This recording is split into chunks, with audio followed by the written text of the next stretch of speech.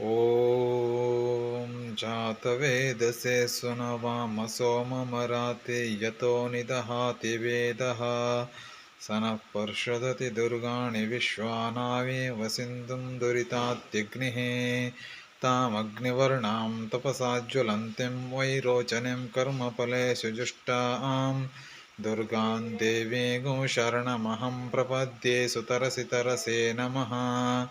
अग्ने त्वं पारयानव्यो अस्मान् स्वस्तिभिरति दुर्गाणि विश्वा पूश्च प्रत्वे बहुला न उर्वे भवातो कायतनयाय संयोः विश्वानि नो दुर्गः जातवेदस्सिन्धुं न नामा दुरितातिपर्षि अग्ने अत्रिवन्मनसा गृणानो अस्माकं बौद्ध्यविता तनूनां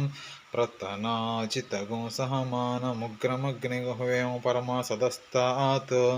स नः पर्षदति दुर्गाणि विश्वाक्षामद्देवो अतिदुरितात्यग्निः प्रत्नोषि कमेढ्यो अध्वरेश सनाच्च होता नवमेश सत्से स्वाञ्च आग्नेयतनुवं पिप्रयस्मास्मभ्यं च सौभगमायजस्व गोपीर्जुष्टमयजोनिषिक्तं तवेन्द्रविष्णोरनुसञ्चरेम नाकस्य पृष्ठमभिसंवसानो वैष्णवीं लोक इह मादयन्ताम्।